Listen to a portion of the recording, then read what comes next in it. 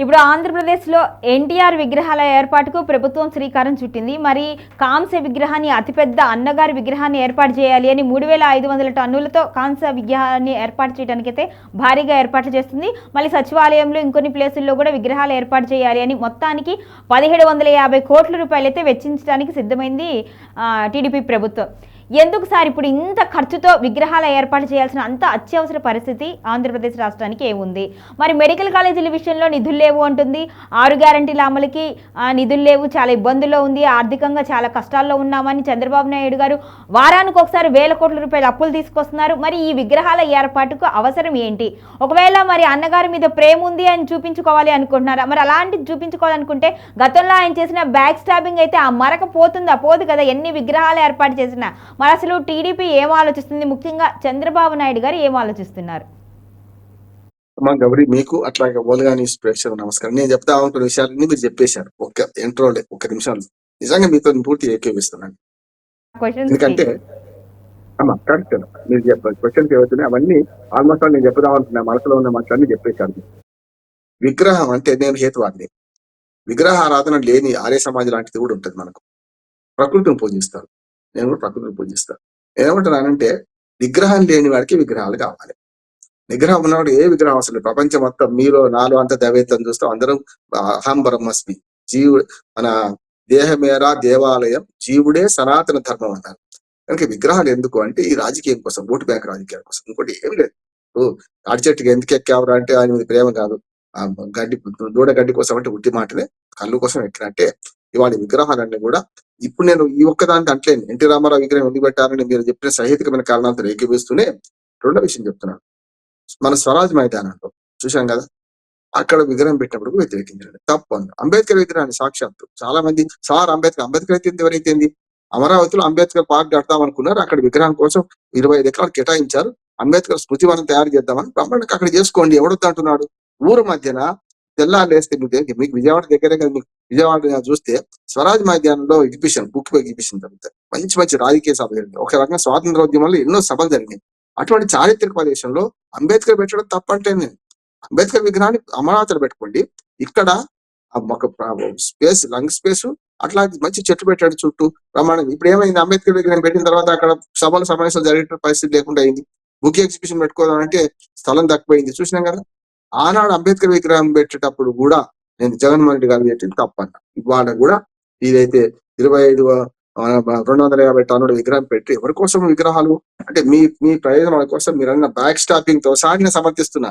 వీళ్ళు చేసింది మామకు వెనుబడి వచ్చి వాళ్ళ మా పేరు చెప్పుకోవాల్సి వస్తుంది. పార్టీని రాజకీయాలు వైసీపీ మాట్లాడతారు, అది వేరుగా, మనం అంతకంటే ఎక్కువ మాట్లాడే అవసరం లేదు.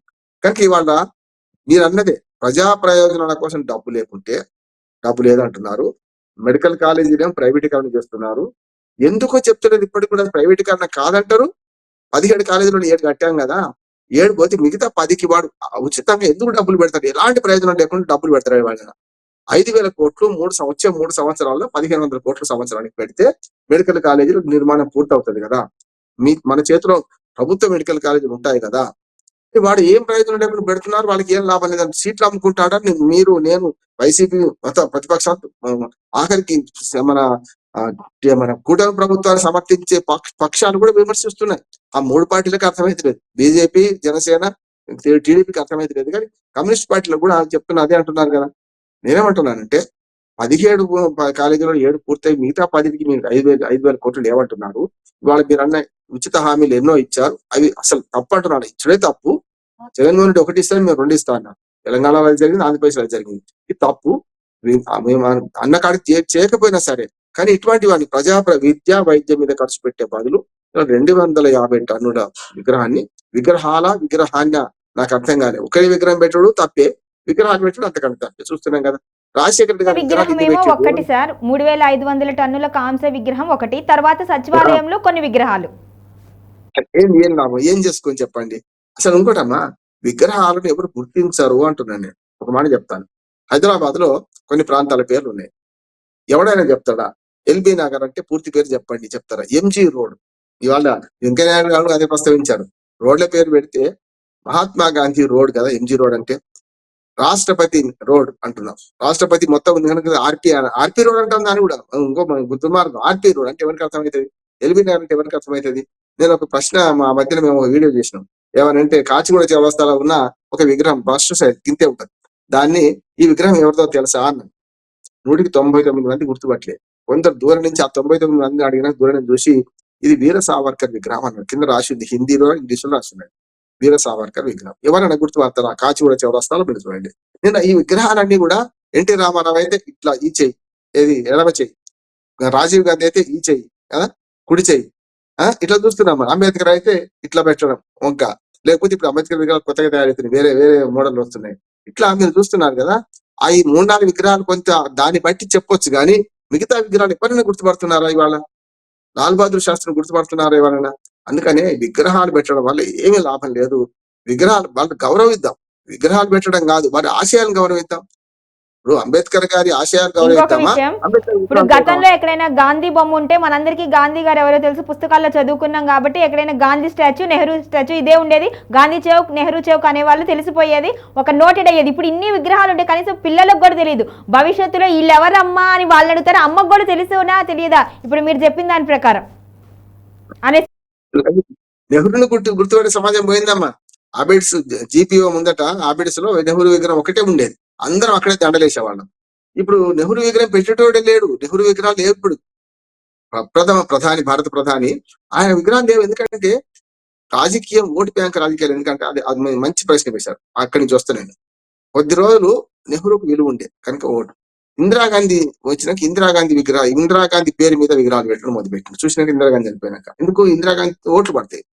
అంబేద్కర్ అంటే ఎప్పుడైతే దళితులు మా హక్కు, హమారా మా ఓట్ మన హమారా ఓట్ హమారా పైసా నహి చెలిగే అన్నట్టు ఓట్ హమారా రాజ్ తుమారా నహి చెలిగే అని కలిసిరాం వచ్చినాక కదా అంబేద్కర్ విగ్రహాలు పెడుతున్నారు. అంబేద్కర్ విగ్రహాలు పెడితే మళ్ళా మాలా మాదిగా ఈ మాట కూడా వాళ్ళని చీల్చేసి ఏం చేసిండ్రు, జగజీవన్ విగ్రహం పెట్టమన్నారు. చూస్తున్నాం కదా ఇన్ని విగ్రహాలు ఎందుకు వచ్చినాయి? ఓటు బ్యాంక్ రాజకీయాలు కదా. ఒకనాడు నెహ్రూకు ఓట్లు పడి, గాంధీకి ఓట్లు పడినప్పుడు గాంధీ విగ్రహం వాడుకున్నారు. ఇందిరాగాంధీకి ఓట్లు పడినప్పుడు ఇందిరాగాంధీని వాడుకున్నారు విగ్రహాలు.